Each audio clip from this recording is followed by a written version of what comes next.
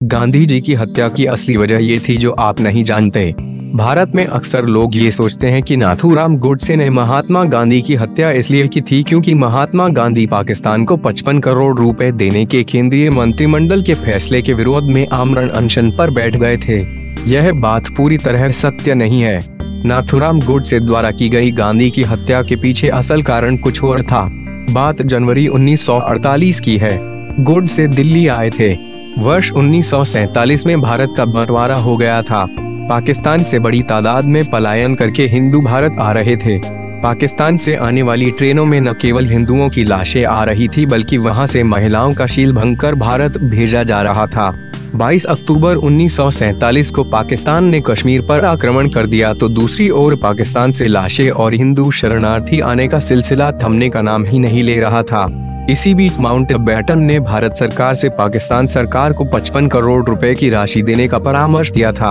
आक्रमण और पलायन को देखते हुए केंद्रीय मंत्रिमंडल ने उसे टालने का निर्णय लिया, लेकिन गांधी जी उसी समय यह राशि तुरंत पाकिस्तान को दिलवाने के लिए आमरण अनशन पर बैठ गए। गोडसे जैसे तैसे इस बात को सहन कर गए। बावजूद इसके गांधी जी से नाराज गोडसे के मन में अभी तक उनकी हत्या कोई ख्याल नहीं आया था। अभी तक बंटवारे, हिंदुओं का कत्लेआम और महिलाओं के साथ बलात्कार को लेकर गोडसे का गुस्सा जिन्ना और मुस्लिमों के प्रति अधिक था न कि गांधी जी के प्रति। दिल्ली में गोडसे पाकिस्तान से आने वाले हिंदू शरणार्थियों के कैंपों घूम लोगों की सहायता के कार्य में लगा था। इसी बीच गोडसे की नजर पुरानी दिल्ली की एक मस्जिद पर गई जहां से पुलिस जबरदस्ती हिंदू शरणार्थी को बाहर निकाल रही थी। गौरतलब है कि शरणार्थी मंदिर और गुरुद्वारों में शरण लिए थे। जब कोई जगह नहीं मिली तो बारिश और सर्दी से बचने के लिए पाकिस्तान से आए शरणार्थियों ने एक खाली पड़ी मस्जिद में शरण ले ली। जैसे ही यह बात गांधी को पता चली तो वे उस मस्जिद के सामने धरने पर बैठ गए और शरणार्थियों से मस्जिद खाने करवाने के लिए सरकार पर दबाव बनाने लगे। जिस वक्त पुलिस लोगों को मस्जिद से बाहर निकाल रही थी, उस समय गोडसे भी वहां मौजूद थे। बारिश से भीगे और सर्दी ठिठुरते बच्चों को रोते और कांपते देखकर गोडसे का मन रोने लगा।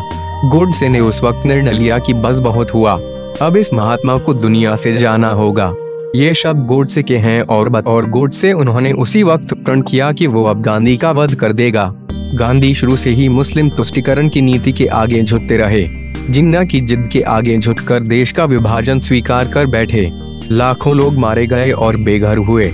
गोडसे का कहना है कि एक बार देश यहाँ तक भी गांधी जी के निर्णयों को स्वीकार कर लेता, लेकिन वे जिस प्रकार अपनी जिद को मानवता और देश से बड़ी साबित करने के लिए अनशन की आड़ में ब्लैकमेल कर रहे थे, उसको देखकर उसने तय किया कि हिंदू और भारत को बचाने के लिए उसे अपने जीवन में गांधी की हत्या जैसे कर्म भी करना पड़ेगा।